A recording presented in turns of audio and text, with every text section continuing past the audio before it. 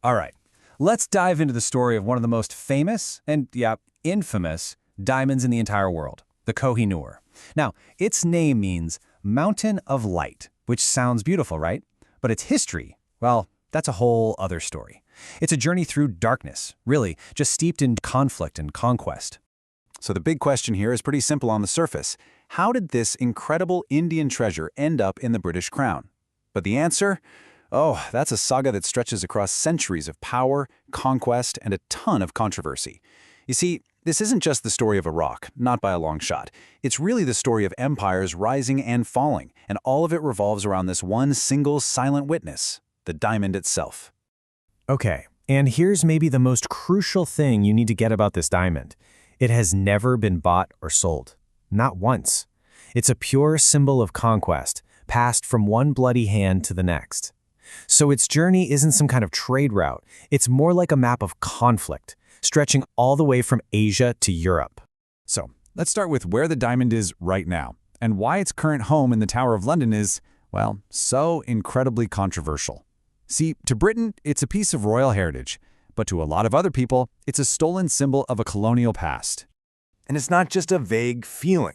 Today, at least 4 different nations have laid formal claims to get the diamond back. We're talking India, Pakistan, Afghanistan, and Iran. They all argue it's a stolen piece of their national heritage. And each country's claim, you'll see, is tied to a specific point in the diamond's super long and turbulent history.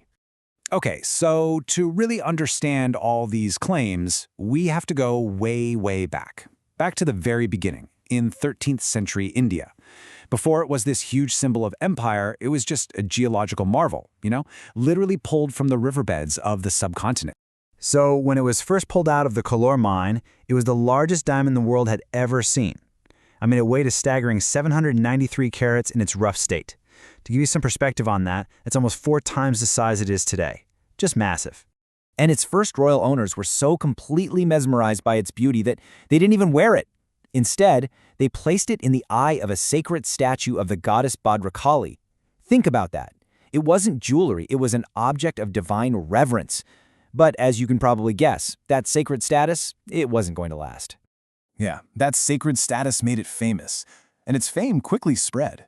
Soon enough, it transformed from this religious icon into the ultimate prize for any conquering army across the subcontinent. It became the ultimate symbol of victory. And for centuries, this diamond was just passed between dynasties, the Khiljis, the Tughlaqs, the Mughals. Each time it changed hands, it marked the fall of one power and the rise of another. I mean, it was looted from that temple, passed between warring sultans, and eventually it became the crown jewel of the mighty Mughal Empire. Now this is pretty cool. This quote is the first documented attempt to even put a value on the diamond. In his memoirs, the Emperor Babur basically captures how priceless it is. He's saying its value isn't just about money. It was already becoming something mythical. Now, for all its reputation, the diamond didn't even have its famous name yet. That wouldn't happen until a really dramatic and kind of cunning exchange back in 1739. The story of how it was taken next is just legendary. So the Persian ruler Nader Shah sacks Delhi, right? But he can't find the diamond anywhere. Then he gets a tip. The Mughal emperor, Muhammad Shah, is hiding it in his turban. So Nader Shah comes up with this brilliant diplomatic trap. He proposes a friendly exchange of turbans to seal their treaty, a supposed symbol of brotherhood. Of course, the defeated emperor had no choice but to comply. And just like that, he had to hand over his greatest treasure without a single fight. And as the diamond tumbled out of that turban, its brilliance supposedly stunned Nader Shah so much that he just exclaimed, Kohinoor, which in Persian means Mountain of Light. And in that one single moment of conquest, the diamond got the legendary name that's stuck ever since.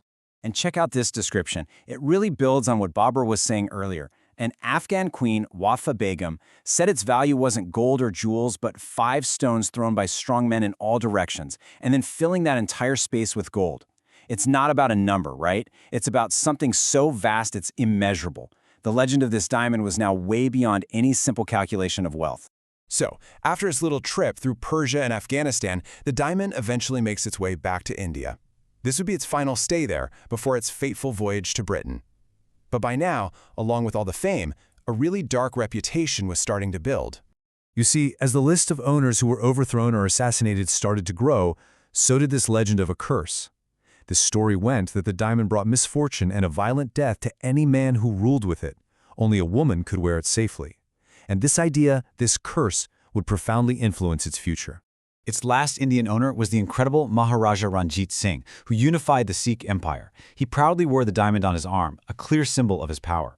But after he died in 1839, well, the curse seemed to strike again. His empire just rapidly crumbled into chaos, assassinations, and constant infighting. And who was watching all this chaos? The British. They took full advantage of the instability, annexed the Punjab, and forced the new ruler, who was a child, just 10 years old, Duleep Singh, to sign a treaty. And a key clause of that treaty? Handing over the Kohinoor. Now, the official word used was surrendered, but the context of a 10-year-old boy signing away his empire's greatest treasure, yeah, that's been debated ever since. And here's the ironic part. After centuries of bloodshed for this thing, the legendary Mountain of Light arrives in London, and the public was kind of underwhelmed. They thought its traditional Indian-style cut looked dull. So Prince Albert ordered it to be recut to European tastes, sacrificing over 40% of its historic weight just to give it a sparkle that was more suited to Western eyes.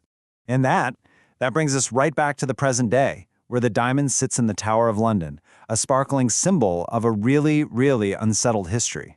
You see, its journey didn't end in 1849. It just entered a whole new chapter of controversy. I mean, since 1947, literally at the moment of Indian independence, the requests for its return started. And since then, multiple countries have joined in. But Britain has consistently refused every single claim, basically arguing that the diamond's long history with them now gives them ownership. So, the official British stance is that the transfer was a legal act, part of a treaty. It wasn't theft.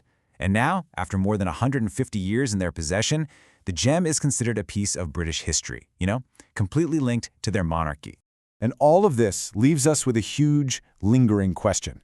Where does a treasure like the Kohinoor truly belong? Should it be with the land of its birth, where it all began? Or does it belong at the end of its long and incredibly bloody journey? That's a question history, for now, still hasn't answered.